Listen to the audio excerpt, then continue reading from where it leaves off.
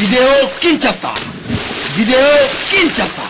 Moutako koufa brusquement à cause il y a problème à liboso que motema na yebo yebi que motema ezali muscle.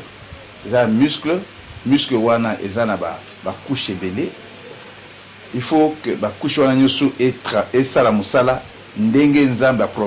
apetaki programme. Et motema eza pena ba courant il est 44 motema. Donc moutako koufa parce que na kati ya ba couche wana ba parona musala ezosala mabien te eza ko beba e kauki soki oza na chance motema eza bloqué soki oza na chance soki bato bazali babandi réanimation yango pe esalemaka na ba condition normale, c'est-à-dire que otie misapi boye muto azoka réanimer yo kudo il faut ezala tout droit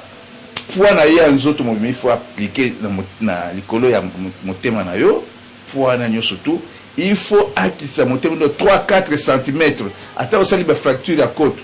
premier até l'essentiel est que motema ezo ba kuya makasi po et relancer ezongela mouvement wana normal lokola ba église eza ebele il faut que chaque église tant bazo sala culte ba bengisa bato yo ba yebi réanimation wana ezalaka 30 minutes sur l'action pendant 30 minutes comment il faut réanimer et s'il aurait tenu pour la vie no mobimba ce qui est le moyen libre il faut que ça lango dans le programme de santé scolaire et ça lango 30 minutes sur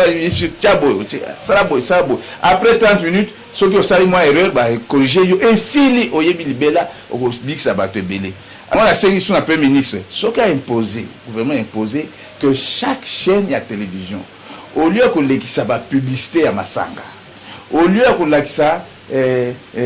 kozaka ba comédie ba yo sexe sabat liwa ya bat mususu ete ya biso liwa ya papa wemba ete ya biso liwa ya bomoni papa wemba kwei bato ye ebele pemina na ba sali le côté croix rouge aye azota la paix ba musu bazui ko prendre sali le côté il faut to kende na politique moko oye ko sala ke ba hôpitaux e kaoka batala lisusu mutu te oh mais au fief tu fais des ils ont sauté choléra ils ont sauté mais comme ni mais bah toi comme une propriété il faut que toi-même tu sois d'abord conscient que aux amutu bah liwa ya batu mususu ete ya kabiso toujours.